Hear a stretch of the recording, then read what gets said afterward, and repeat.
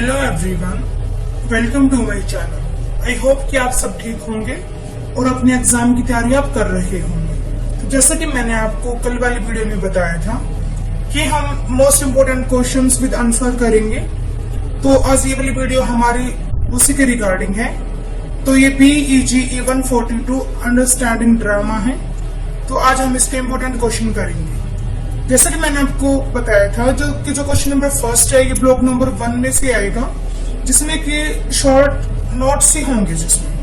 तो यहाँ पे मैंने मे बी 15 मतलब यहाँ पे शॉर्ट नोट्स जो यहाँ पे इम्पोर्टेंट है वो मैंने यहाँ पे रेडी कर रखे हैं आपके लिए। तो स्टार्ट करते हैं हम अपना फर्स्ट जो इसका पार्ट है, ड्रामा एंड इट्स स्टेजेस। कि क्या होता है ड्रामा और क्या इसके स्टेजेस होते हैं, इसके बारे में हम जानते हैं। देखिए, जो ड्रामा होता है वो एक लिटरेरी वर्क होता है जिसको जो प्लेयर्स होते हैं वो उसको स्टेज पे परफॉर्म करते हैं। इसमें एक्शंस होते हैं, प्लॉट होते हैं, मतलब कि एक सीक्वेंस होती है, क्राइसिस आते हैं, इसमें वो एटमॉस्फेयर का यूज किया जाता है, कॉन्फ्लिक्ट आता है, मतलब ये सारे यहाँ पे पार्ट्स होते हैं ड्रामा के। इसके अलावा जो ड्रामा होता है वो एक मोशन पिक्चर्स होती है जिसको स्टेज पे प्ले किया जाता है। ट्रेडिशनल स्टेज प्ले होता है ड्रामा। तो ये होता है ड्रामा। आप सबको पता है नाटक इसको हिंदी में बोला जाता है कि नाटक क्या होता है। तो नाटक वो होता है जिसको प्लेयर्स या फिर जो एक्टर्स होते हैं वो उसको स्टेज पे परफॉर्म करते हैं। तो यहाँ पे हम आगे बात करते हैं टाइप्स ऑफ स्टेज, मतलब इसके टाइप्स क्या है या फिर स्टेजेस क्या है ड्रामा के। तो देखिए, on the basis of different periods drama can be divided into the following broad categories। यहाँ पे इसको 5 broad categories में क्लासिफाइड किया गया है। देखिए, फर्स्ट है क्लासिकल थिएटर, जिसमें कि ग्रीक और रोमन के बारे में हम इसके बारे में हम बात करते हैं क्लासिकल थिएटर के अंदर। नेक्स्ट है नेटिव ड्रामा, जिसका यहाँ पे टाइम पीरियड दिया गया है। देखिए 1066 से लेके 1500 तक। नेक्स्ट थर्ड है इसमें रेनेसांस ड्रामा। जो रेनेसांस ड्रामा होता है उसका जो टाइम पीरियड होता है वो 1500 से लेके 1660 तक माना जाता है। नेक्स्ट है द न्यू क्लासिकल पीरियड और रिस्टोरेशन ड्रामा। इसका जो टाइम पीरियड होता है वो 1660 से लेके 1700 तक होता है। उसके बाद जो इसका फिफ्थ स्टेज है वो है drama in 18th, 19th and 20th century. तो मतलब यहाँ पे क्लासिफाइड किया गया है अकॉर्डिंग टू टाइम पीरियड। तो स्टेजेस हैं ड्रामा की। हमने जाना कि ड्रामा क्या होता है और उसकी स्टेजेस कौन कौन सी होती है। इसके अलावा नेक्स्ट यहाँ पे जो क्वेश्चन है वो है व्हाट इज मेडिवल प्ले। क्या होता है मेडिवल प्ले? तो देखिए, जो मेडिवल प्ले होता है उसको बोला जाता है मध्ययुगीन नाटक। जो मध्य युग जो आया था उसमें जो नाटक थे वो किस प्रकार के थे, इसके बारे में हम जानेंगे। इसमें जो मेडिवल प्ले होते थे वो मिस्टीरियस होते थे और ये मोरालिटी वाले होते थे, मतलब कि रहस्य ही होते थे, मतलब कि जिसमें एक रहस्य खुल के आता था लास्ट में, या फिर मोरालिटी टाइप होते थे जिसमें कि मोरल की बात की जाती थी। ये जो मेडिवल प्ले होते थे उनको रिलीजियस फेस्टिवल के टाइम पे इनको परफॉर्म किया जाता था। इसके अलावा दे वर स्टेज ऑन वैगन्स। इनको वैगन्स पे परफॉर्म किया जाता था। वैगन्स क्या होते हैं कि एक गाड़ी टाइप होता है, एक डिब्बा एक गाड़ी के टाइप का होता है जिसको कहीं पे भी हम स्टॉप कर सकते हैं, कहीं भी मार्केट प्लेस पे या कहीं पे भी हम उसको स्टॉप कर सकते हैं। और जो ऑडियंस होती थी वो इसके चारों तरफ आके इकट्ठी हो जाती थी इन प्ले को देखने के लिए। इसके अलावा जो एक्टर्स इसमें होते थे वो अपनी एवरीडे एक्सपीरियंस का यूज करते थे। इसके अलावा जो स्टेज होती थी उसको डेकोरेट किया जाता था सीनरी की हेल्प से। और जो ये जितने भी मिस्टीरियस प्ले होते थे उन सबको out of door he perform किया जाता था। इसके अलावा यहाँ पे लाइव एनिमल्स का यूज किया जाता था यहाँ पे सेटिंग करने के लिए, जैसे कि रैबिट्स, लम्स, इनका यूज किया जाता था। और प्ले कार्ड्स भी यहाँ पे यूज किए जाते थे इन वाले प्ले में। और यहाँ पे बता रखा है कि nobody played the role of women's. कोई भी यहाँ पे रोल प्ले नहीं करता था वुमेन्स को लेके। तो ये हमारा हो गया मेडिवल प्ले क्या होता था। तो इसको हम मध्ययुगीन नाटक हम इसको बोल सकते हैं। तो मैंने आपको बताया कि किस टाइप से ये नाटक होते थे और क्या इनकी खासियत होती थी। नेक्स्ट है यहाँ पे देखिए एप्रन स्टेज की। एप्रन स्टेज क्या होती है? देखिए ड्यूरिंग द एलिजाबेथन पीरियड, जो एलिजाबेथन पीरियड था उस टाइम पे जो ड्रामा होते थे वो पब्लिक थिएटर में होते थे। और ये जो ये ड्रामा थे ये सारे आउटडोर ही परफॉर्म किए जाते थे, जिसमें कि मतलब ओपन एयर थिएटर ये होते थे, ऊपर से मतलब खुले हुए छत के ये वाले जो ये थिएटर होते थे ये ऐसे होते थे। यहाँ पे टाइम पर दे रखे हैं कि ड्यूरिंग 1580 से लेके 1642 तक a numbers of players both old and new were staged at London theatre, कि जितने भी मतलब प्ले थे, चाहे वो मतलब न्यू हो चाहे ओल्ड हो, सारे ही मतलब जो प्ले थे वो लंदन थिएटर में ही परफॉर्म किए जाते थे। जो थिएटर्स होते थे वो सर्कुलर फॉर्म में होते थे और वो स्ट्रक्चर में बिल्कुल सिंपल ही होते थे। There were another stage overlooked by a gallery with balcony, मतलब यहाँ पे एक अलग से स्टेज होती थी जो कि मतलब जो कि गैलरी से बंद होती थी और बालकनी में जाके खुलती थी। मतलब स्टेप से मतलब ये यहाँ पे उसकी कंस्ट्रक्शन बता रखी है। और वहाँ पे विंडो भी होती थी जिसमें कि 2 डोर होते थे और जिसमें कि एंट्रेंस और एग्जिट के लिए जो एक्टर था वो बैक साइड से आता था। इसके अलावा जो फ्रंट स्टेज होती थी उसका यूज सारे कामों के लिए किया जाता था। और यहाँ पे इन एलिजाबेथन थिएटर में may be up to 2000 people मतलब एक टाइम में वहां पे बैठ के ड्रामा को देख सकते थे। इसके अलावा देखिए यहाँ पे जो प्ले था उसमें मतलब डिफरेंट सब्जेक्ट मैटर्स को यूज किया जाता था according to appeal of wider audience के अपील के अकॉर्डिंग ही यहाँ पे सब्जेक्ट मैटर्स को लिया जाता था। After the middle of 19th century क्या होता है, जो एप्रोन मतलब यहाँ पे जो प्ले होता है वो यहाँ पे कट डाउन हो जाता है और फाइनली डिस्कार्डेड हो जाता है पूरी तरीके से। जो एक्टर्स थे वो played close to the scenery as per the setting, तो यहाँ पे जो एक्टर्स थे वो रोल प्ले करते थे अकॉर्डिंग टू मतलब सीन के अकॉर्डिंग, सेटिंग के अकॉर्डिंग वो यहाँ पे सीन को मतलब यहाँ पे परफॉर्म करते थे। तो नेक्स्ट यहाँ पे देखिए नंबर 4, 3 यूनिटीज का क्या मतलब होता है। देखिए 3 यूनिटीज का मतलब होता है यूनिटीज ऑफ एक्शन, प्लेस और टाइम। मतलब एक्शन वही कि क्या एक्शन मतलब जो एक्टर है वो यूज कर रहा है अपने प्ले को परफॉर्म करते टाइम, और यूनिटी ऑफ प्लेस मतलब कि जो प्ले परफॉर्म हो रहा है वो कौन से प्लेस पे हो रहा है। देखिए यहाँ पे ये रहा कि मतलब पर्टिकुलर प्लेस क्या है उस चीज के लिए। यदि हम यूनिटी ऑफ टाइम की बात करें तो मतलब एक लिमिटेशन इन द पीरियड, मतलब यहाँ पे एक बाउंडेड है कि मतलब आपको इतना टाइम ही मिलेगा परफॉर्म करने के लिए इस वाले ड्रामा को या इस वाले प्ले को। मतलब यहाँ पे लिमिटेशंस होती है टाइम पीरियड को लेकर। इसके अलावा बता रखा है द यूनिटी ऑफ इम्प्रेशंस भी होता है, गिव इम्पोर्टेंस देती है ये जो इफेक्ट होता है ड्रामा का ऑडियंस के ऊपर उसको। यदि मतलब जो इम्प्रेशंस होते हैं, जो यूनिटी ऑफ इम्प्रेशंस है, यदि वो अच्छी है तो जो ऑडियंस है उसके ऊपर इसका बहुत ही अच्छा इफेक्ट पड़ता है। इसको देखिए नेक्स्ट है यहाँ पे ट्रेजेडी ड्रामा। जो ट्रेजेडी ड्रामा होता है मतलब जो ट्रेजेडी आपको पता ही होगा कि त्रासदी आपने इस टाइप से जो वर्ड होता है, मतलब इस टाइप के ये ड्रामा होते हैं जो कि बहुत ही सीरियस प्ले होता है। जो ट्रेजेडी प्ले होता है वो एक सीरियस प्ले होता है और जिसकी एक सैड एंडिंग होती है। ये बात यहाँ पे ध्यान देने के लायक है कि जो ट्रेजेडी प्ले होता है वो सीरियस प्ले होता है और उसकी एंडिंग जो होती है वो सैड होती है। यहाँ पे it deals with the pessimistic sides of life. ये यहाँ पे निराशावादी मतलब निराशा को यहाँ पे दिखाता है लाइफ की, क्योंकि ट्रेजेडी की बात की गई है तो ऑब्वियसली बात है कि निराशा तो यहाँ पे आएगी ही। इसके अलावा ये यहाँ पे किसी नोबल पर्सन की मतलब उसकी पतन की या फिर उसकी डेथ की बात करते हैं कि जो यहाँ पे जो पर्सन है उसकी डेथ हो जाती है और जो प्ले होता है उसका एक ट्रेजिक एंड हो जाता है। इसके अलावा यहाँ पे ट्रेजिक एंड मतलब प्ले में डिजास्टर और मिसफॉर्चून की भी बात की जाती है और यहाँ पे सीरियसनेस को हाई सीरियसनेस को दिखाया जाता है about the role of man in the universe. कैसे मतलब जो मैन है वो मतलब जानना चाहता है अपने क्वेश्चंस के आंसर अबाउट द यूनिवर्स। मतलब यहाँ पे ये चीज दिखाई जाती है ट्रेजेडी ड्रामा में। तो ये होता है हमारा ट्रेजेडी ड्रामा जो कि एक सीरियस प्ले होता है और जिसकी एंडिंग होती है वो बहुत ही मतलब निराशाजनक होती है। नेक्स्ट यहाँ पे है व्हाट इज कॉमेडी ड्रामा। देखो नाम से पता चल रहा है आपको, ये सब जानते होंगे कि कॉमेडी ड्रामा क्या होता है। कॉमेडी ड्रामा वही है जिसमें मतलब ये एक मूवी और प्रोग्राम होता है जिसमें बैलेंस किया जाता है एलिमेंट्स को, ड्रामा को और कॉमेडी को बैलेंस करके दिखाया जाता है। और जो इसका मेन मतलब होता है वो क्या होता है कि मतलब जो हमारी पब्लिक है उसको अम्यूज करना और उसको इंटरटेन करना। इसके आपको ये पता भी होगा, ये चार्ली चैपलिन जी हैं, जो कि एक बहुत बड़े कॉमेडियन थे हमारे, जो कि हमारे मतलब जो ड्रामा में ये बहुत अच्छे से मतलब कॉमेडी करते थे ड्रामा में ये।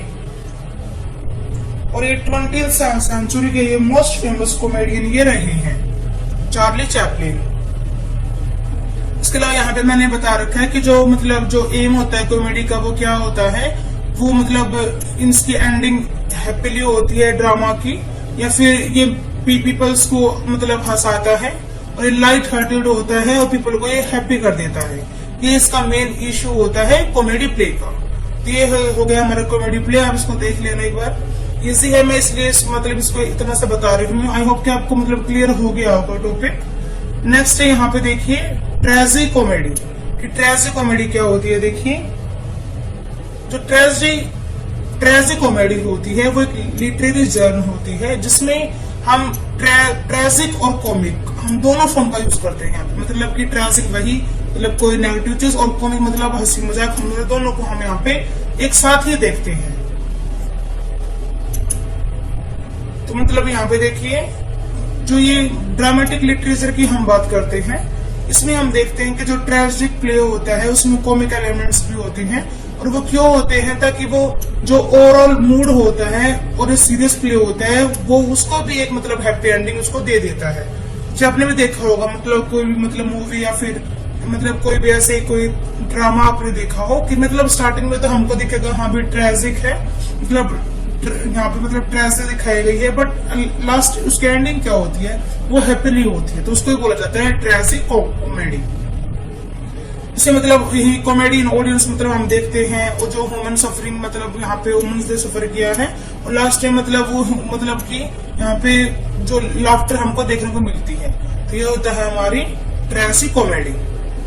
नेक्स्ट देखिए, नेक्स्ट है हमारा हिस्ट्री प्ले, मतलब कि वही कि इतिहास नाटक, मतलब कि जो हिस्ट्री से मतलब हम कोई भी हम इवेंट्स को उठा लेते हैं और उसी के ऊपर हम नाटक बना देते हैं। जैसे आपने देखा होगा कि जैसे झांसी की रानी मतलब सीरियल बना था, इसके अलावा भी बहुत सारे मतलब ऐसे हमको देखने को मिले हैं, जो कि हम हिस्ट्री से मतलब जो हमारी रिकॉर्डेड हिस्ट्री है उसी से हम इवेंट्स को लेते हैं और उसी को हम एज ए हिस्ट्री प्ले हम यूज करते हैं। यहाँ पे जो क्रॉनिकल प्लेस होता है या जो हिस्टोरिकल जो इवेंट्स होता है उसको यहाँ पे यूज किया जाता है सेटिंग के लिए। इसके अलावा ये फेमस था 16th सेंचुरी में, मतलब ये मतलब जो हिस्ट्री प्ले था वो कब फेमस हुआ था, वो 16th एरास में या 16th सेंचुरी में ये फेमस हुआ था।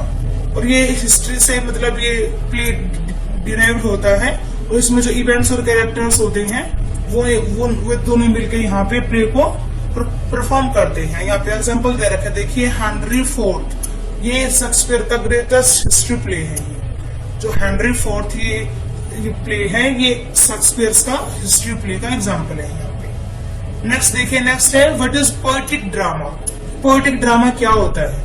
पोएटिक ड्रामा होता है इसमें हम क्वालिटीज ऑफ पोइट्री और ड्रामा, मतलब हम दोनों के हम यहाँ पे कॉम्बिनेशन को ही बोलते हैं हम पोइटिक ड्रामा, मतलब कि हम पोइटिक फॉर्म का भी यूज करेंगे और हम ड्रामा फॉर्म का भी यूज करेंगे, और फिर दोनों मिलकर जो हमारा ड्रामा परफॉर्म होगा स्टेज पे वो हमारा पोइटिक ड्रामा होगा।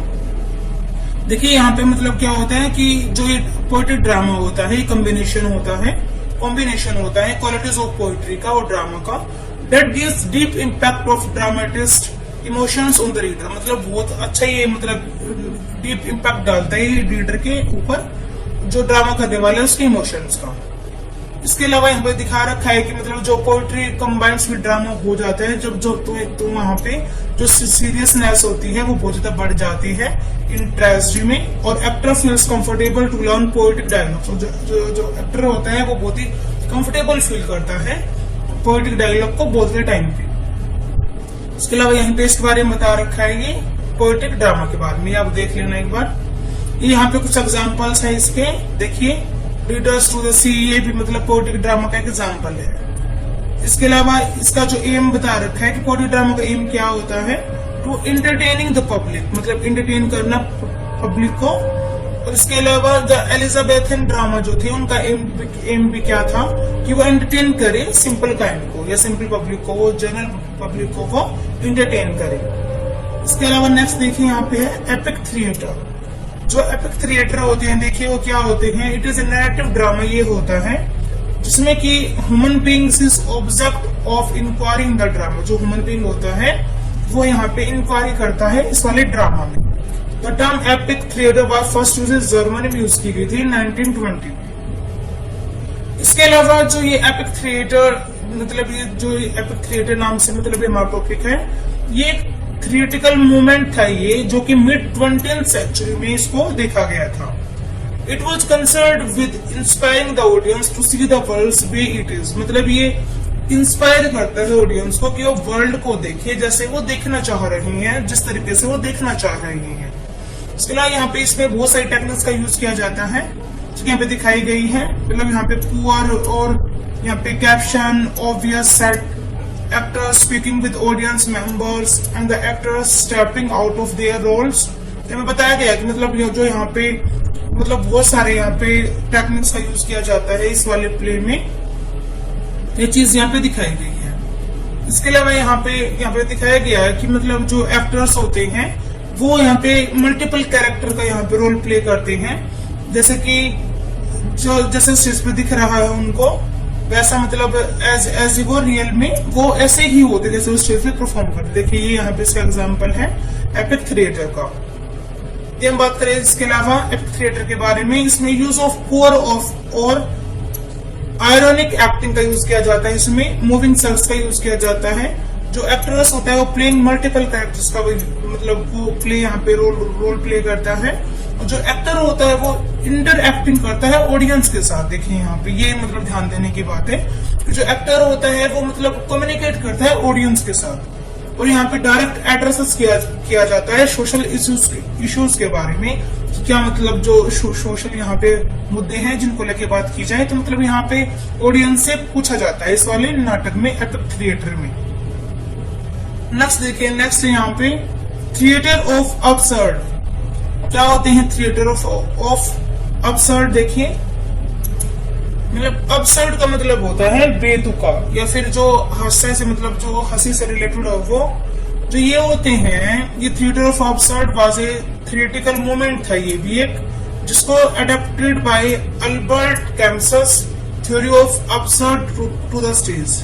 इन्होंने इसका यूज किया था depicting the futility of trying to live meaningfully in a meaningless universe. मतलब कि कैसे हम ट्राई करें, कैसे हम रहें इस मीनिंगलेस यूनिवर्स में, और वो भी हम रहें तो बिल्कुल मतलब अपने मतलब के साथ कैसे रहें, ये चीज यहाँ पे दिखाई गई थी इसमें। इसके अलावा जो ये थिएटर ऑफ अब्सर्ड था, ये प्राइमरी फंक्शन इसका क्या था, तो वो था ordinary peoples attempting to find meaning और agency in a fundamental absurd universe. की कैसे मतलब जो वहाँ के जो ऑर्डिनरी जो वहाँ के साधारण आदमी हैं वो मतलब कैसे वो मीनिंग पाएंगे अपनी बातों का, या फिर कैसे वो मतलब इस यूनिवर्स के बारे में वो जानेंगे।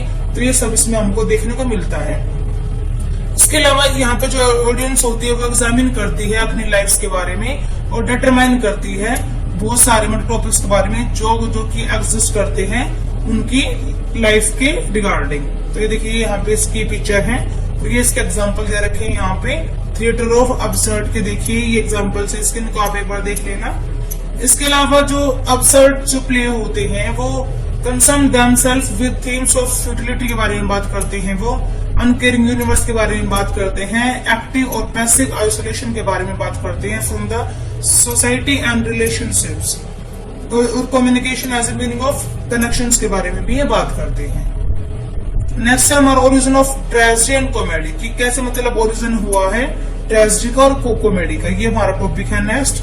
तो इसमें देखिए जो टर्म ट्रेजेडी है और टर्म कॉमेडी है वो मतलब ओवर द सेंचुरी मतलब हमको देखने को मिलती है। यदि हम ट्रेजेडी की बात करें तो वही सैड और डिजास्टर्स की हम बात करते हैं, और यदि हम कॉमेडी की बात करें तो हम कॉमिक की बात करते हैं, हम अमेजिंग की बात करते हैं।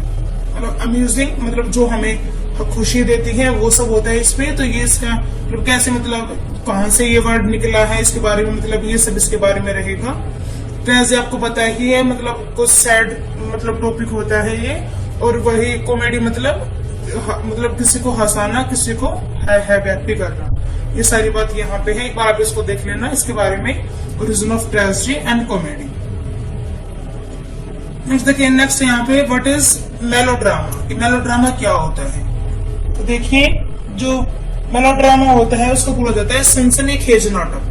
मैं यहाँ पे आपको हिंदी टर्म क्यों बता रही हूँ, ताकि आपको थोड़ी हेल्प मिल जाए और आप खुद से भी मतलब इसके बारे में कुछ बना के लिख सको, इसलिए मैं आपको बता रही हूँ इनकी हिंदी टर्म। मेलोड्रामा मीन सनसनीखेज नाटक। जो मेलोड्रामा होता है वो एक टाइप ऑफ ड्रामा की है, जिसमें जो कैरेक्टर्स होते हैं वो मतलब बिजी रहते हैं सिचुएशंस को लेके, और जो अलाउ करते हैं emotions response from the audience, की जो ऑडियंस है वो मतलब अच्छा रिस्पॉन्स देगी आपका मतलब इस प्ले के बारे में अपना। ये देखिए, यहाँ पे एग्जांपल है मेलोड्रामा का। इसके अलावा इसमें एक स्टोरी और प्ले होता है ये, जो कि बहुत ज्यादा एक्साइटिंग होता है और जिसमें सैड इवेंट्स होते हैं, और जो लोगों का जो इमोशंस होते हैं वो बहुत ज्यादा यहाँ पे बढ़ जाते हैं इस वाले मेलोड्रामा को देख के। मतलब ये टाइप होती है मेलोड्रामा की, जिसको देख के जो ऑडियंस होते हैं उनके इमोशंस बहुत ज्यादा बढ़ जाते हैं, बहुत ज्यादा उत्तेजित हो जाते हैं उनको देख के। यहाँ पे एग्जांपल है मेलोड्रामा का, सोप ओपरा बेवर्ली हिल्स 90210, यहाँ पे एग्जांपल है मेलोड्रामा का। इसके अलावा जो मेलोड्रामा होता है वो एंटरटेनिंग फॉर्म ऑफ ड्रामा होती है, जिसमें जो ड्रामेटिक सिचुएशंस होती हैं वो अलाउ करती है ऑडियंस को कि वो रियलिटी से बचे and become concerned in the character struggles, मतलब कैसे वो कैरेक्टर्स मतलब स्ट्रगल कर रहे हैं उस बात को ये अच्छे से समझे और उसको ये अच्छे से ग्रहण करें। मतलब वो बाहरी दुनिया को छोड़ के वो सिर्फ जो कैरेक्टर्स हैं जो प्ले कर रहे हैं उसके बारे में ही ऑडियंस सिर्फ देखिए। तो ये बात है यहाँ पे हमारी मेलोड्रामा के बारे में। नेक्स्ट देखिए, नेक्स्ट यहाँ पे मिरेकल प्ले। ये क्या होता है मिरेकल प्ले? मिरेकल प्ले मतलब होता है कि मतलब चमत्कार पूर्ण, मतलब इस टाइप से जो नाटक होते हैं वो हमारे सारे मिरेकल प्ले में आ जाते हैं। तो जो मिरेकल प्ले होती है वो एक पॉपुलर फॉर्म होती है, या एक बहुत ही पॉपुलर फॉर्म थी ये मिडिवल इंग्लिश ड्रामा की, जिसमें कि स्टोरीज, रिलीजियस स्टोरी और इवेंट्स के बारे में बात की जाती है। यदि हम बात करें तो पर्टिकुलर मतलब बाइबल्स के बारे में, और लाइफ्स ऑफ सैंट्स मतलब जो सन्यासी होते हैं उनकी लाइफ्स के बारे में बात की जाती है मिरेकल प्ले में। जैसे कि नाम से पता चल रहा होगा कि मतलब मिरेकल मतलब कि चमत्कार, जादू, मतलब इस टाइप से। तो मतलब यहाँ पे तो बात की जाएगी रिलीजियन के बारे में, साधु संतों के बारे में, तो इसके बारे में ही होता है ये। तो they were perform during the Middle Ages to educate and entertaining the largely, जो इलिटरेट यहाँ पे पॉपुलेशन है उसके लिए यहाँ पे इसको यूज किया जाता था, उनको एंटरटेन करने के लिए। इसके अलावा जो मिरेकल प्ले होता है इसमें मतलब ह्यूमर और स्पेक्टेकल्स मतलब हम इसमें हमको देखने को मिलते हैं एलिमेंट्स के रूप में, और यहाँ पे मतलब बहुत ही अच्छा रोल प्ले होता है, मतलब कि कल्चर का और जो रिलीजियस लाइफ होती है वो हमको देखने को मिलती है। और इसको मतलब इंग्लैंड में भी परफॉर्म किया जाता था, मिडिवल इंग्लैंड मतलब मध्य युगीन इंग्लैंड में भी इसको परफॉर्म किया जाता था। देखिए यहाँ पे इसका एग्जाम्पल है, आपको दिख रहा होगा। नेक्स्ट यहाँ पे मतलब इसका एग्जाम्पल दे रखा है कि टू बहुत ही फेमस मतलब यहाँ पे ये थे, Mary Magdalene and the conversion of Saint Paul. ये यहाँ पे बहुत ही मिरेकल प्ले थे सिंस द मिडल एजेस में। यदि हम बात करें मिड ऑफ 16th सेंचुरी, तो King Harry 8 banned miracle play which seized all production and perform of more miracle, मतलब कि सीज कर दिया गया था मिरेकल प्ले को बाय द किंग हेनरी 8 के द्वारा इसको बैन कर दिया गया था। नेक्स्ट देखिए यहाँ पे कॉमेडी स्टेज बाय एथनीज। जो एथनीज थे उनकी मतलब कॉमेडी मतलब किस टाइप की होती थी, इसके बारे में हम इस वाले टॉपिक में देखेंगे। तो जो एंशिएंट हम ग्रीक कॉमेडी की बात कर रहे हैं तो वो इसके फाइनल 3 प्रिंसिपल हमको देखने को मिलते हैं। इसमें फर्स्ट था क्लासिकल ग्रीस। इसमें तो क्लासिकल ग्रीस में मतलब हम ट्रेजेडी के बारे में बात करते हैं, और इसमें हम बात करते हैं सैटर की, इसके बारे में हम बात करते हैं, इन 2 प्ले के बारे में बात करते हैं हम क्लासिकल ग्रीस के अंदर। फिर है एथेनिज कॉमेडी जो होती है उसको 3 पार्ट्स में डिवाइड किया गया है। देखिए उसको 3 पीरियड्स में डिवाइड किया गया है, old comedy, middle comedy and new comedy. तो जो ओल्ड कॉमेडी होती थी वो सर्वाइव्स टुडे के बारे में बात करती थी, और वो 11 सर्वाइविंग प्ले यहाँ पे एरिस्टोफेन्स के यहाँ पे दिखाए गए हैं। इसके अलावा जो मिडिल कॉमेडी होती थी वो लार्जली लॉस्ट, मतलब खत्म हो चुकी है वो, यदि हम उसको देखें तो। और इसमें मतलब जो शॉर्ट फ्रेगमेंट्स बाय ऑथर्स देखा जाता था, सच एज एथनीज ऑफ नोक्रेटिक्स के द्वारा। और जो न्यू कॉमेडी होती है वो पेपर्स फ्रेगमेंट्स ऑफ मैनोनेटर, यहाँ पे उसको हम यूज करते हैं। इसके अलावा यहाँ पे देखिए, the philosopher Aristotle wrote in the poetics that comedy is a representative of laughable people and involves some kinds of blunder or ugliness which does not cause pain or disaster। यहाँ पे बताया रखा है कि जो एरिस्टोटल थे philosopher, उन्होंने मतलब यहाँ पे मतलब पोएटिक फॉर्म में लिखा है, जिसमें बताया कि जो कॉमेडी होती है वो लोगों को मतलब खुशी देती है, उनको हंसाती है। इसमें मतलब ब्लंडर और अगली मतलब यहाँ पे अगलीनेस जो होती है, मतलब उसका यहाँ पे मेन मोटिव ये नहीं होता है कि मतलब लोगों को पेन मिले या फिर कोई भी यहाँ पे डिजास्टर दिखाया जाए। यहाँ पे जो उसका मेन मोटिव होता है वो क्या होता है कि सिर्फ लोगों को हंसाया जाए। तो यहाँ पे मतलब हमने कंप्लीट कर लिया अपना फर्स्ट क्वेश्चन। मैंने आपको यहाँ पे टोटल 15 मतलब शॉर्ट नोट्स मैंने आपको कराए हैं। आई होप कि आपके एग्जाम में यहीं से आए और आपको हेल्प मिल जाए और आपका एग्जाम अच्छा जाए। नेक्स्ट हम देखते हैं, यहाँ से स्टार्ट हो जाता है ब्लॉक नंबर 2, जो कि है All My Sons by Arthur Miller या आर्थर मिलर। तो ये एक प्ले है जिसके बारे में हम पहले इसकी शॉर्ट समरी जान लेते हैं। तो शॉर्ट समरी बताने से पहले मैं आपको यहाँ पे लेके चलती हूँ कैरेक्टर्स के ऊपर। तो देखिए यहाँ पे इसकी शॉर्ट समरी है, और जो ये प्ले है ये एक 3 एक्ट का प्ले है। ये भी 3 है, यहाँ 3 एक्ट का प्ले है। उसके बाद हम इसका एनालिसिस भी मैंने यहाँ पे आपके लिए राइट डाउन किया है। इसके अलावा इस ब्लॉग में से क्वेश्चन यही पूछे जा सकते हैं जिनकी मतलब यहाँ पे पॉसिबिलिटीज है वो क्या है कि थीम्स क्या है ऑल माई सन्स की, और यहाँ पे जो थीम सोशल रिस्पॉन्सिबिलिटी है उसके बारे में बताइए, और कैरेक्टर्स क्या है प्ले की। तो देखिए पहले हम बात करते हैं कैरेक्टर्स के बारे में। By the use of characters मैं आपको यहाँ पे पूरी स्टोरी भी बता देती हूँ इन शॉर्ट में। तो देखिए कहानी स्टार्ट होती है जो केलर से। जो केलर होता है वो यहाँ पे हस्बैंड भी है, फादर भी है, और यहाँ पे ये कुलपति भी है। तो ये मतलब यहाँ पे ये हेड होता है केलर फैमिली का, जिसका अपना खुद का एक बिजनेस होता है। और बिजनेस क्या होता है कि एरोप्लेन के जो पार्ट्स वगैरह का मतलब काम इनका खुद का होता है। तो मतलब यही इनका काम होता है। और मतलब ये मैं आपको बाद में बताऊंगी कि कैसे मतलब जो केलर की वजह से किस पायलटों की मौत हो जाती है during the time period of world war 2। इसके अलावा इसका एक एम्प्लॉय होता है स्टीव डेवर, मतलब इसकी कंपनी में काम करने वाला होता है स्टीव डेवर। इस स्टीव डेवर की ही एक बेटी होती है एनी डेवर। स्टीव डेवर की बेटी होती है एनी डेवर, और उसका एक बेटा होता है जॉर्ज डेवर। मतलब ये है यहाँ पे स्टीव डेवर, मतलब ये है यहाँ पे स्टीव डेवर, ये है एनी। इसके अलावा जो केलर जी हैं, जो केलर की वाइफ है कैटे केलर, और इसके 2 लड़के हैं क्रिश केलर और लैरी केलर। जो क्रिश केलर है वो मतलब वो इसका छोटे वाला लड़का है, और जो इसका मतलब ये अपने फादर की हेल्प करता है उसके बिजनेस में। और जो इसका ये बड़ा लड़का है लैरी केलर, ये मतलब हमको प्ले में देखने को नहीं मिलता है, और जो इसका मतलब ये मर जाता है वर्ल्ड वॉर के टाइम पे। मतलब स्टोरी क्या होती है कि जो केलर होता है ये अपने एम्प्लॉई स्टीव डेवर को, जो स्टीव डेवर है, ये देखिए ये स्टीव डेवर है, ये इसको मतलब इनके वहां पे इनकी मतलब फैक्ट्री में कुछ फॉल्टी मतलब एयर पार्ट्स आ जाते हैं, तो ये उसको अप्रूव करवा लेता है इस जॉर्ज को बोल के। तो क्या होता है कि ये मतलब ये ना उन फॉल्टी पार्ट्स को एरोप्लेन में डाल देते हैं।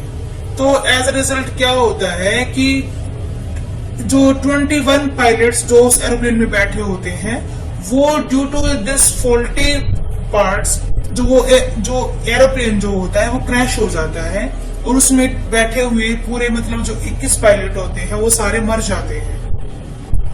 तो मतलब इस वजह से क्या होता है कि जो ये जो केलर होता है ये तो इन सब से बच निकलता है, बट जो इसका स्टीव डेवर एम्प्लॉय होता है उसको यहाँ पे अरेस्ट कर लिया जाता है और उसको जेल में डाल दिया जाता है।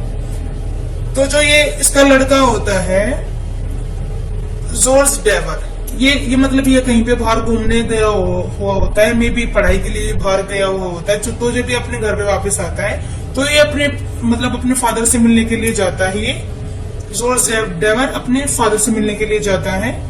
तो मतलब इसका फादर इसको बताता है कि मेरे साथ ऐसे ऐसे हुआ है, मेरे को मतलब झूठे केस में फंसाया गया है, मैंने कुछ नहीं किया। उसने कहा था मतलब जो एक केलर ने उसको कहा था, तो इसलिए मतलब इसने उसको पार्ट्स को डाल दिया था, बट इसकी कोई गलती नहीं थी, वहां पे इसको फंसा दिया था।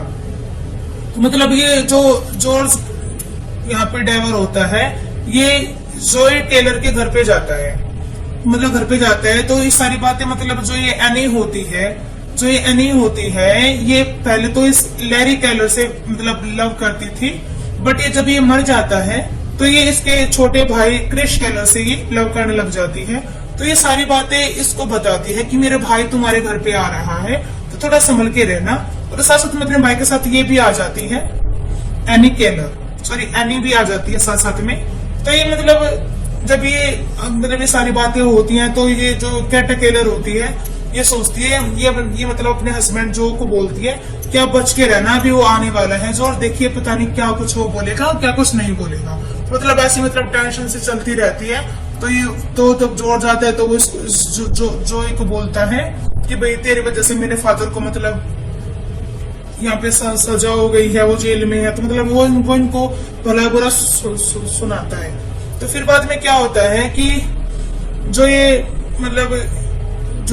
क्रिस केलर होता है और एनी होती है, इनके बारे में पता चलता है इसकी मदर को। उसकी मदर ये सोचती है कि कभी जो ये एनी है कभी अपनी फादर का बदला लेने के लिए तो यहाँ पे नहीं आई है, मतलब इसको इस बात की टेंशन लगी रहती है। और ये सोचती है कि जो मेरा बेटा मतलब उसका बड़ा बेटा है जो लैरी केलर है, वो ये सोचती है कि मेरा बेटा अभी मरा नहीं, इसको पूरा विश्वास है कि मेरा बेटा अभी जिंदा है।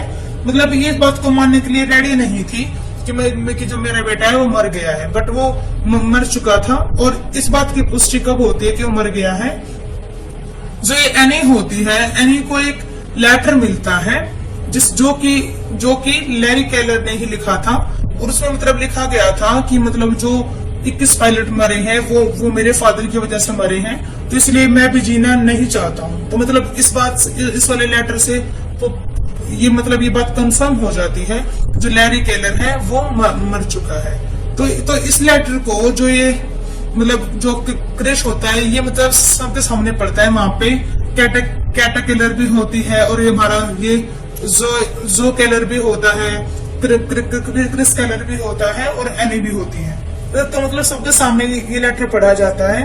तो ये सब सुनने के बाद मतलब इसको मतलब यकीन हो जाता है कि जो मेरा बेटा है वो मर चुका है। और जो केलर होता है वो अंदर जाके अपने आप को गोली मार लेता है, कि मतलब वो सुसाइड कर लेता है। तो मतलब उसके बाद क्या होता है, जो कैटा केलर होती है वो क्रिश को और एनी को कहती है कि तुम दोनों जाके कहीं पे बाहर अपनी लाइफ अच्छे से जियो, मतलब तुम दोनों शादी कर लो।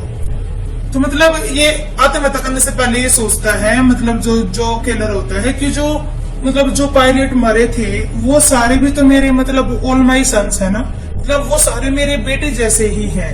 तो इसलिए मतलब टाइटल यहाँ पे ऑल माई सन्स दिया गया है। तो ये यहाँ पे इसकी स्टोरी थी, जो केलर होता है वो अपने आप को बहुत ज्यादा गिल्टी फील करता है अपने इस काम के लिए और वो लास्ट में आके सुसाइड कर लेता है। तो यहाँ पे मैंने आपको बताया यहाँ पे कैरेक्टर्स के बारे में और उसकी स्टोरी के बारे में। तो यहाँ पे मैंने आपको बता दिया है। देखिए आगे हम देखते हैं इसके थीम्स के बारे में कि यहाँ पे थीम्स क्या क्या रही।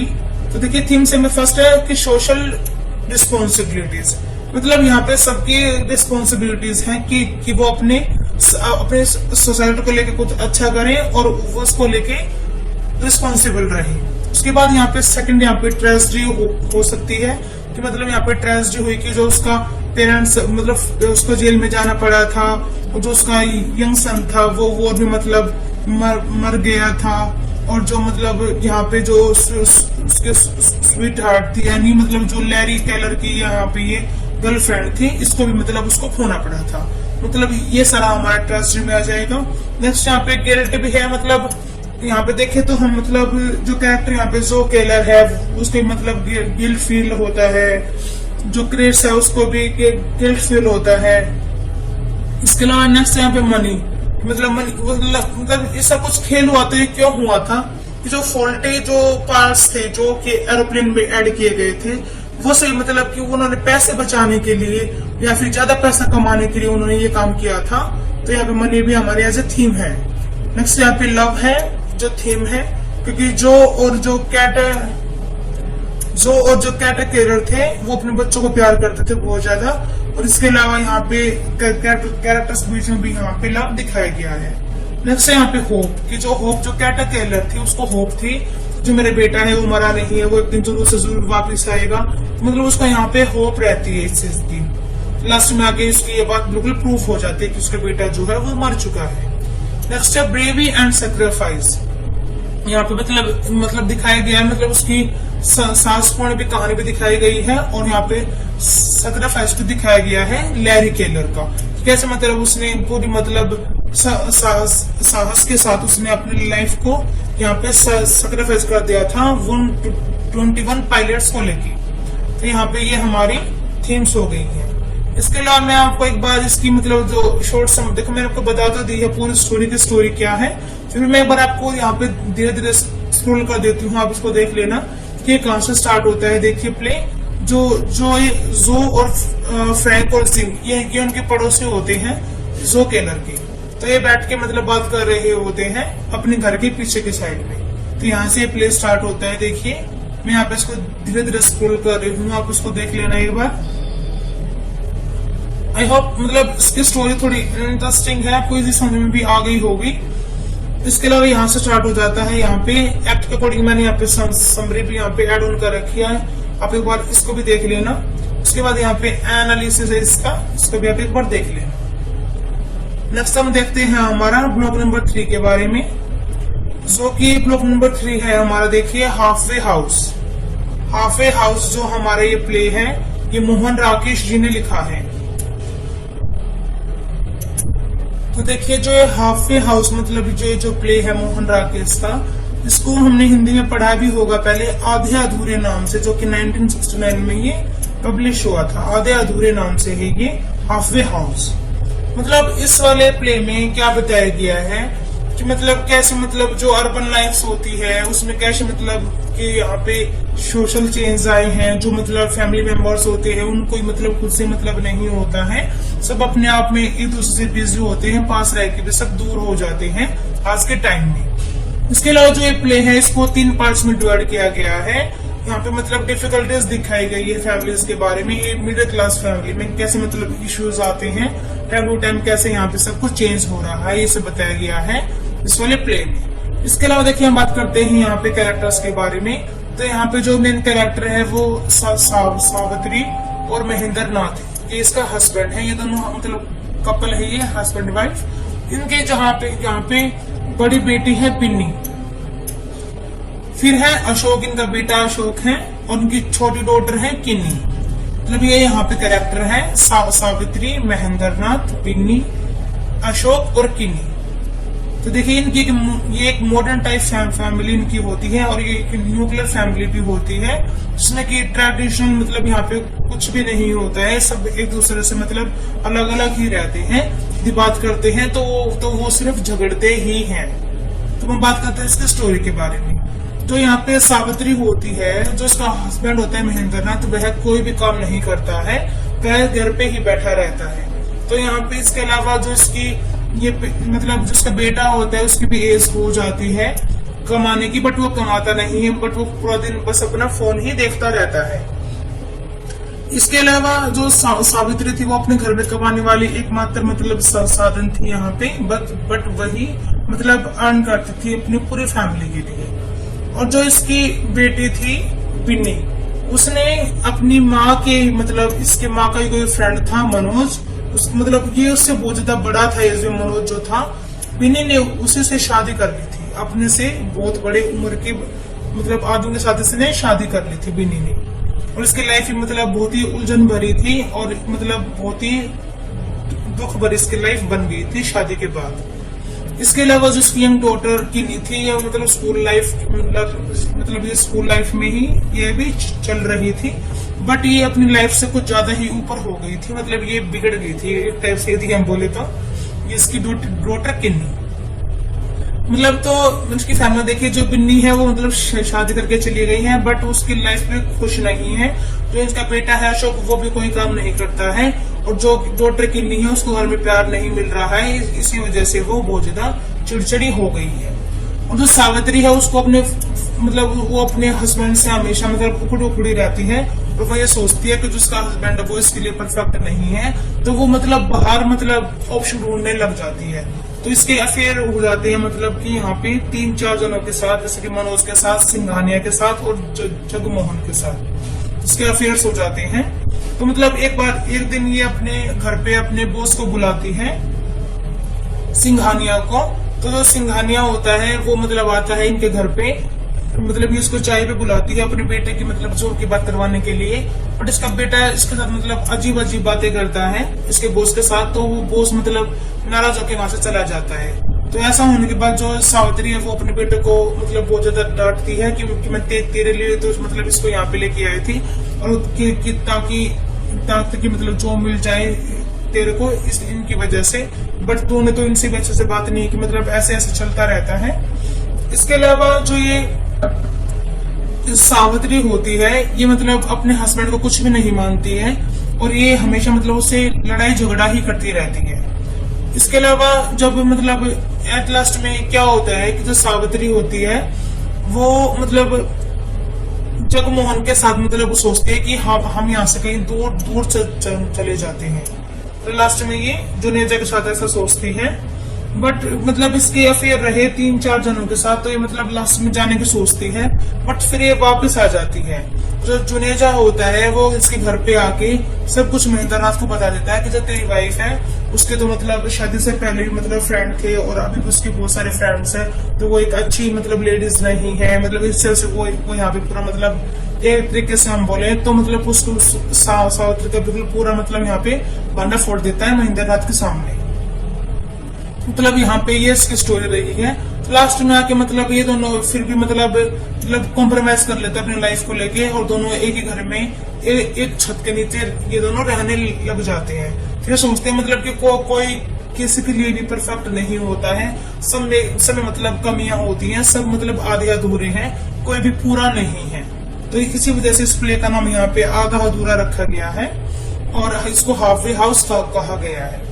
थोड़ा देखिए यहाँ पे क्वेश्चन यहाँ पे हमसे कैसे पूछ सकता है वो एग्जाम में, मतलब कि जो यहाँ पे जो सावित्री थी वो मतलब कैसे मतलब अपने हस्बैंड के मतलब वो अपने हस्बैंड से यहाँ पे डील करती है। देखिए जो महेंद्रनाथ था वो यहाँ पे कुछ भी नहीं कमाता था, तो जो उसकी वाइफ थी उसके बहुत सारे मतलब इलीगल रिलेशनशिप्स होते हैं घर से बाहर।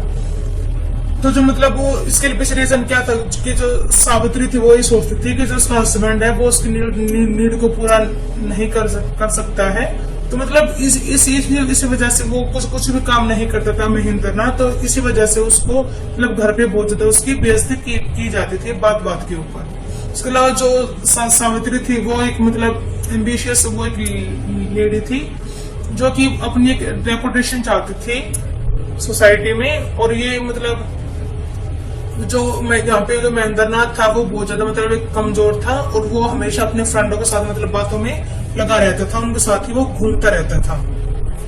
इसके अलावा यहाँ पे बताया गया कि कैसे मतलब यहाँ पे गलती होती है, मतलब यहाँ पे मिसअंडरस्टैंडिंग हो जाती है, और कैसे वो मतलब लड़ते रहते हैं वो एक दूसरे से अपने भाग्य को लेके। मतलब ये यहाँ पे बताया गया है महेंद्रनाथ और सावित्री के बारे में।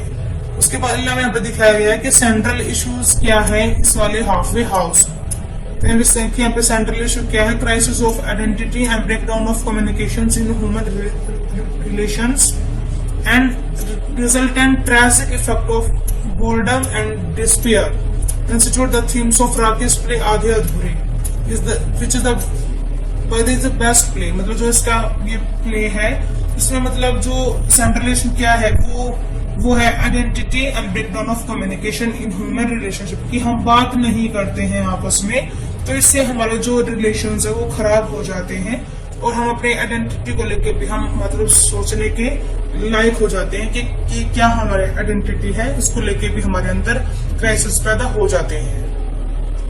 इसके अलावा जो थीम है राकेश की हाफ द हाउस की, वो क्या है, आइडेंटिटी ऑफ क्राइसिस। और यहाँ पे clash between traditional and modernity between यहाँ पे क्लैश दिखाया गया है। कैसे मतलब पहले के टाइम मतलब कैसे फैमिली होती थी और जब आज हम मतलब कि सब कुछ मॉडर्न हो गया है तो आज कैसे लाइफ हो गई है, तो ये सारी चीजें यहाँ पे दिखाई गई है। इसके अलावा जो सावित्री थी वो बहुत ज्यादा यहाँ पे इन्फ्लुएंस हो गई थी सिंघानिया की मतलब फैंटेसी को देख के और उसकी लाइफ को देख के, क्योंकि जो सिंघानिया की जो लाइफ थी वो बहुत ही मॉडर्न थी, तो उसको देख के उससे बहुत ज्यादा इन्फ्लुएंस हो जाती है। और ये हमेशा अपने हस्बैंड के साथ बहुत ज्यादा ये इनकम्प्लीट फील करती थी और इसके मतलब इसने बहुत ज्यादा मतलब एक साथी बना लिए थे अपने, जैसे जुनेजा, शवजीत, मनोज और जगमोहन, ये सारे इसके फ्रेंड्स थे सावित्री के।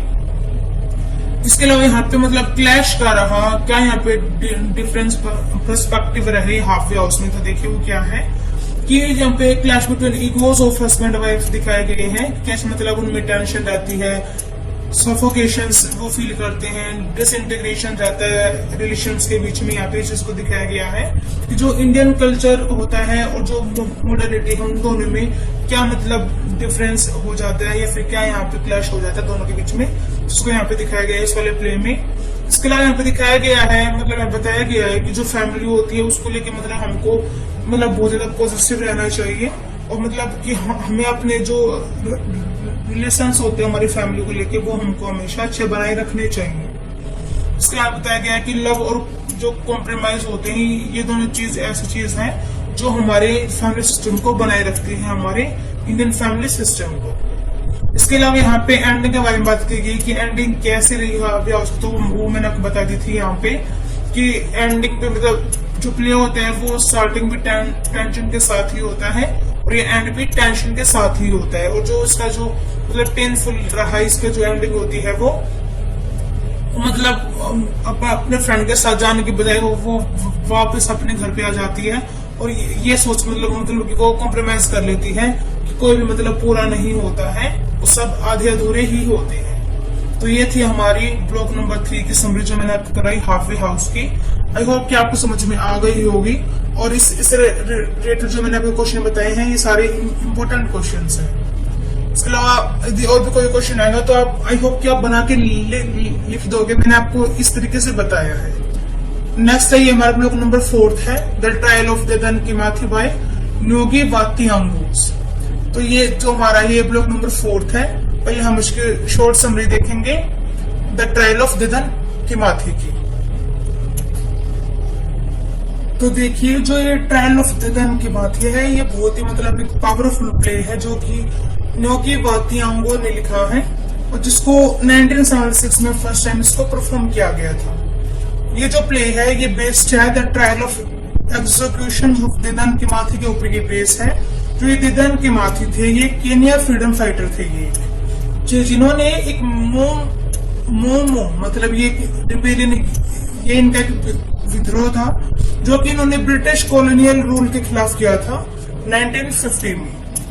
मतलब ये हमारे कुछ कंसेप्ट है इसके बारे में। इसके अलावा जो ट्रायल ऑफ ददन किमाथी है ये एक thought provoking and powerful work है जो कि मतलब ऑडियंस को बताता है कि मतलब कैसे हम मतलब अपनी आपको मतलब इस वर्ल्ड में हम अपने आप को कैसे मतलब हमको लड़ना पड़ता है अपना स्टैंड पाने के लिए। इसके अलावा जो ये प्ले है ये एक्सप्लोर करता है थीम्स की, कॉलोनिज्म है, ऑपरेशंस है और रेसिस्टेंस है, ये इसकी थीम्स दी गई हैं। इसके अलावा देखिए यहाँ पे मैं आपको इसके पहले स्टोरी बता देती हूँ, फिर स्टोरी क्या होती है इसके बाद हम इसके बारे में बात करेंगे। देखिए स्टोरी क्या होती है, जो ये ददन किमाथी होते हैं इनको एज ए ट्रायल मतलब जो प्ले स्टार्ट होता है वो होता है कोर्ट रूम से।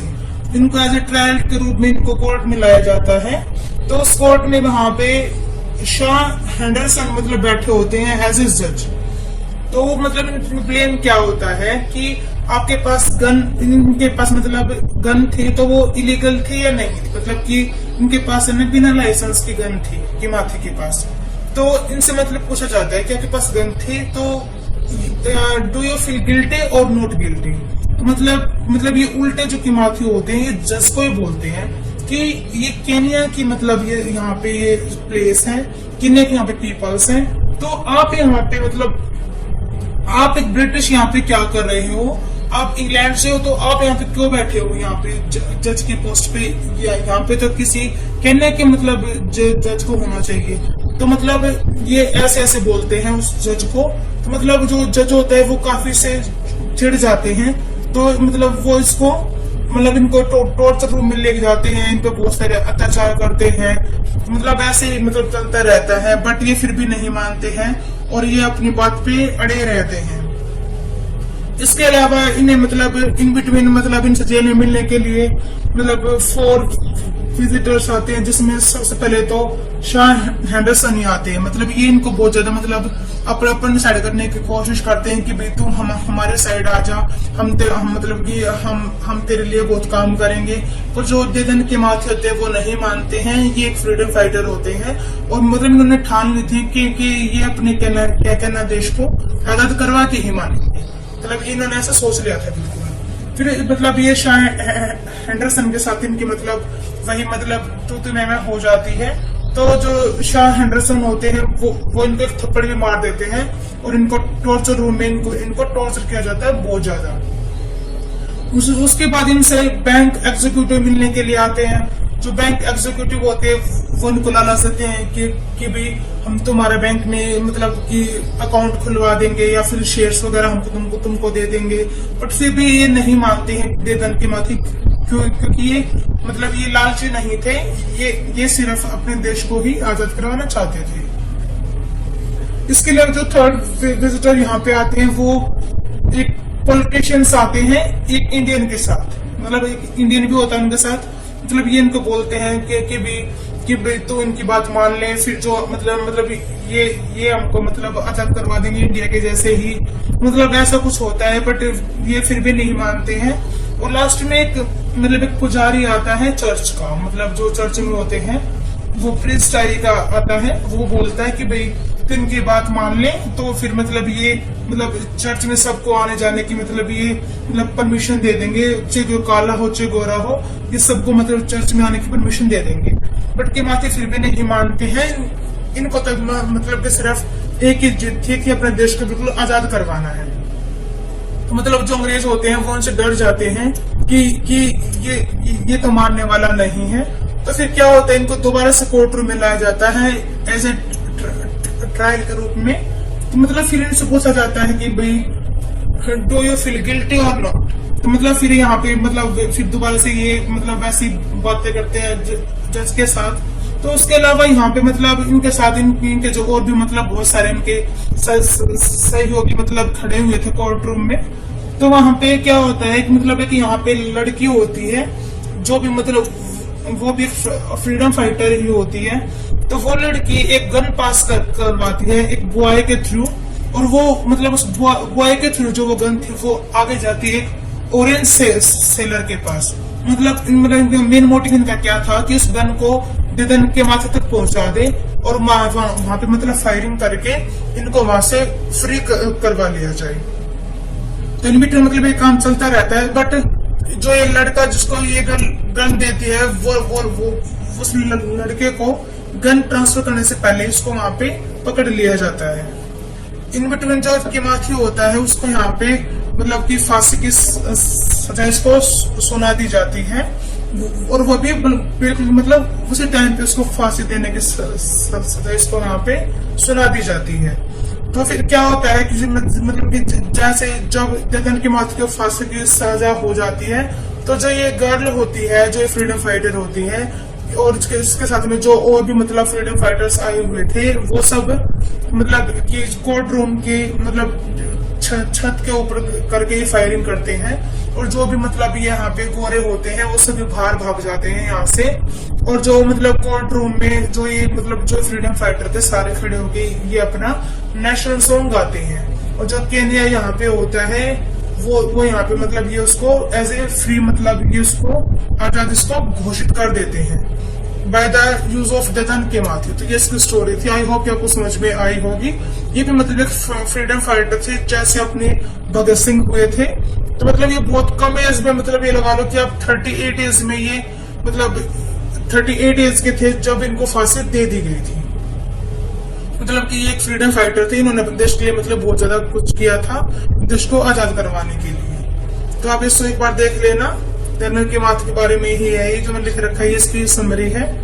तो मैंने आपको करा दी है। आई होप कि आपको समझ में आ गया हो। उसके अलावा यहाँ पे क्वेश्चन देखिए क्या है। Bring out the author attitude क्या है to society reflects in the trial to Dadan के माथे के बारे में।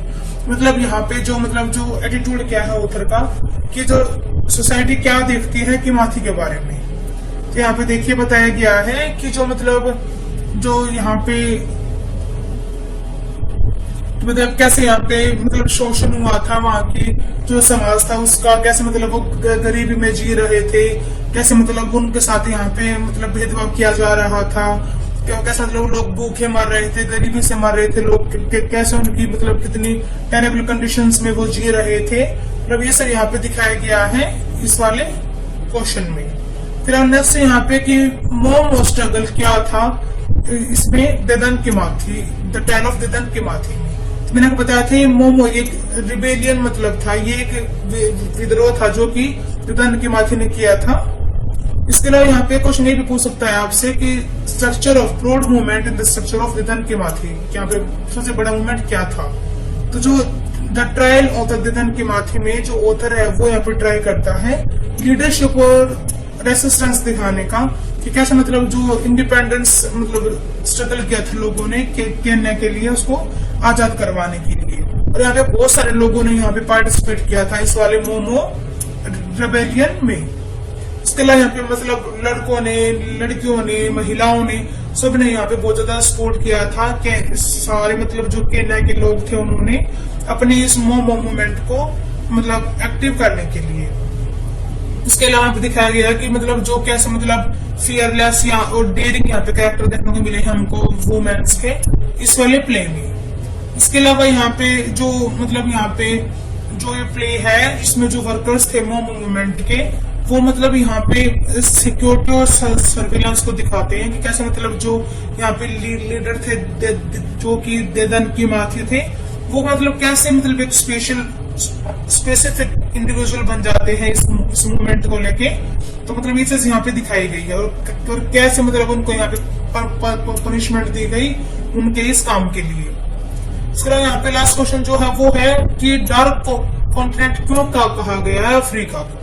तो देखिए the term dark continent was first used by visitors, क्योंकि जब विजिटर्स आए थे अफ्रीका में उन्होंने यहाँ पे मतलब फर्स्ट टाइम इसको यूज किया था इस वर्ड को द डार्क कॉन्टिनेंट। तो यहाँ पे इसको क्यों यूज किया गया था क्योंकि जो it was colonised by various European powers, मतलब बहुत सारी यूरोपियन पावर्स थी जिनकी वजह से मतलब इसको कोलोनाइज कर दिया गया था अफ्रीका को।